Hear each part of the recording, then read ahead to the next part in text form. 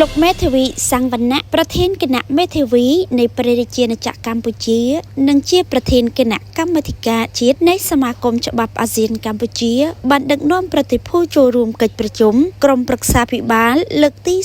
46របស់សមាគមច្បាប់អាស៊ាននិងពិធីលៀងសាយភោជនាថ្ងៃសុក្រ9រោចខែកដិកឆ្នាំម្សាញ់សប្បុរសពុទ្ធសករាជ2569ត្រូវនឹងថ្ងៃទី14ខែវិច្ឆិកាឆ្នាំ2025លោកមេធាវីសង្វណ្ណៈប្រធានគណៈមេធាវីនៃព្រះរាជាណាចក្រកម្ពុជានិងជាប្រធានគណៈកម្មាធិការជាតិនៃសមាគមច្បាប់អាស៊ានកម្ពុជាបានដឹកនាំប្រតិភូគណៈមេធាវីចូលរួមកិច្ចប្រជុំក្រុមប្រឹក្សាភិបាលលើកទី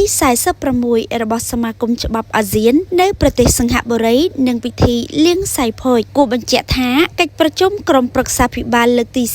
46របស់សមាគមច្បាប់អាស៊ានកម្ពុជាត្រូវបានរៀបចំឡើងដោយផ្ដោតសំខាន់លើរបៀបវរៈសំខាន់មួយចំនួនរួមមានចំណាប់អារម្មណ៍របស់ប្រធានសមាគមច្បាប់អាស៊ាននៃប្រទេសសមាជិកការសម្រេចលើកំណត់ហេតុនៃកិច្ចប្រជុំលើកទី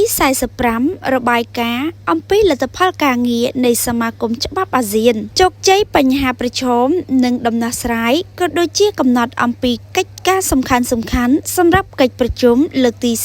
47និងការប្រកួតសាវនាការត្រាប់បន្ថែមពីលើកិច្ចប្រជុំប្រតិភូគណៈមេធាវីក៏បានចូលរួមសិក្ខាសាលាស្ដីពីការអនុវត្តច្បាប់អន្តរប្រទេសក្នុងតំបន់អាស៊ាននិងកិច្ចពិភាក្សាពាក់ព័ន្ធនឹងបញ្ហាធនខ្សោយនិងកម្មសិទ្ធិបញ្ញាក្នុងតំបន់អាស៊ានផងដែរជាកិច្ចបញ្ចប់នៃកិច្ចប្រជុំប្រទេសសិង្ហបុរីដែលជាម្ចាស់ផ្ទះបានរៀបចំពិធីលៀងសាយភោជដល់ប្រតិភូដែលបានមកចូលរួមកិច្ចប្រជុំរួមទាំងប្រតិភូមកពីប្រទេសកម្ពុជាផងដែរ